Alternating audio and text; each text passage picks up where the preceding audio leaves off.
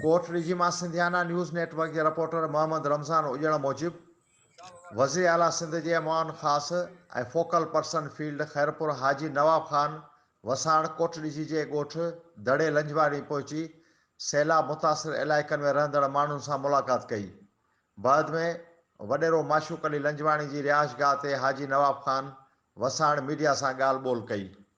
मां इन जी इंक्वायरी कयां थो, जेकॾहिं उन्हनि जो को पघार जो मसइलो आहे या ॿियो कोई इशू आहे, इहो उन्हनि जो हल करायूं था। उहो उन्हनि जो हक़ आहे, उन्हनि जो राइट आहे। केरु बि हुजे पघार उन्हनि जो मिलणु घुरिजे। ऐं ज़ाहिरी आहे उन्हनि खे पघार मिलंदी त हेॾो बरसाति जो गंद थियल आहे त उन में असीं उन्हनि खे सपोर्ट वठंदासीं ऐं सफ़ाईअ तरफ़ वधीक ध्यानु ॾींदो। ऐं तव्हां अॼु ॻाल्हि कई आहे त मां अॼु ॻाल्हाईंदुसि उन्हनि सां, पुछंदुसि त उन्हनि खे पघार ऐं इनशाला पघार मिलंदी। आख़िरी सवाल कोट जी ऐं कोट बंगलो मां पाणी निकिरी वियो आहे, उते हिकिड़ो नंढड़ो ॻोठु आहे। इंशाल्लाह इस्लामाबाद पुॼण खां पहिरियां ई हुकूमतूं जो कन रिज़ॉल्व कराइनि ऐं जल्द जल्द इलेक्शन थींदी उर्दू में। देखें, मुझे कहीं से भी नहीं नज़र आ रहा कि इलेक्शन जो इमरान खान कहे कि वो होगी और बाकी नहीं होगा।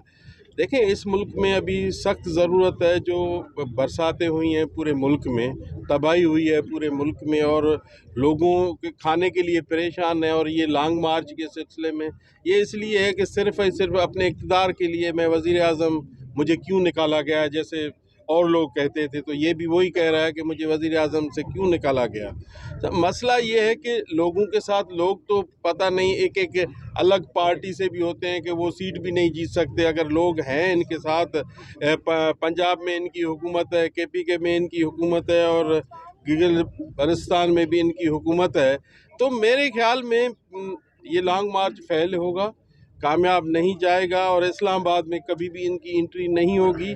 और इंशाल्लाह जो अभी इलेक्शन होंगी अपने टाइम पे, इस मुल्क का वज़ीर आज़म बिलावल भुट्टो ज़रदारी साहब होगा। और आप लिख लो, मैं आज कह देता हूँ कि बिलावल भुट्टो ज़रदारी साहब ही होगा। न ये होगा PTI का, न कोई और होगा, बिलावल भुट्टो ज़रदारी साहब होगा। तो इंशाल्लाह आप देखें, इस वक्त जो हालात हैं मुल्क की और दुनिया में भी जो चल रहा है वो आपके सामने है कि इस वक्त हमें सोच समझ के फ़ैसले करने होंगे। अगर हम सोच समझ के फ़ैसले नहीं करेंगे कि मुल्क इस वक्त तकलीफ़ में है, हम सब तकलीफ़ में हैं, लोगों को खाने के लिए 3 वक्त की रोटी नहीं है। आप हर चीज़ देखें, खाने पीने की जो भी चीज़ें हैं, जो गरीब लोग खाते हैं वो बड़े परेशान हैं। इन्होंने 4 साल जो हुकूमत की आपके सामने है कि इस मुल्क में ऐसा कौन सा तीर मारा, ऐसा कौन सा काम किया जो लोगों को फ़ायदा मिले, रिलीफ मिले, जा किसी को नौकरी मिली, जा कोई डॉलर को कंट्रोल किया, जा बिजली के रेट कम किए, जा गैस के कम किए, जा कोई ऐसा काम किया हो जो गरीबों को फ़ायदा हो। मेरे ख्याल में सवाए पाकिस्तान पीपल्स पार्टी के अलावा आज तक किसी ने किसी को फ़ायदा नहीं दिया। पाकिस्तान पीपल्स पार्टी की जब भी हुकूमत आती है तो लोगों को रोज़गार मिलता है, गैस आती है, बिजली लोगों को, और स्कूल्स, मतलब हर दौर से बेहतर पाकिस्तान पीपल्स पार्टी का दौर होता है कि लोगों का काम होता है।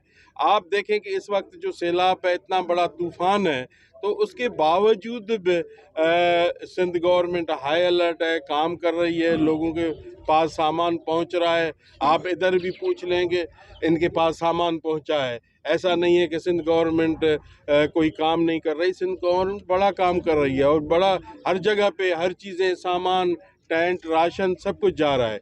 तो इस वजह से मेरे ख्याल में इमरान खान का लॉन्ग मार्च जो आखिरी हरबा था, तो वो ये ख़त्म हो जाएगा और इसके अलावा इसके पास कोई बचेगा नहीं।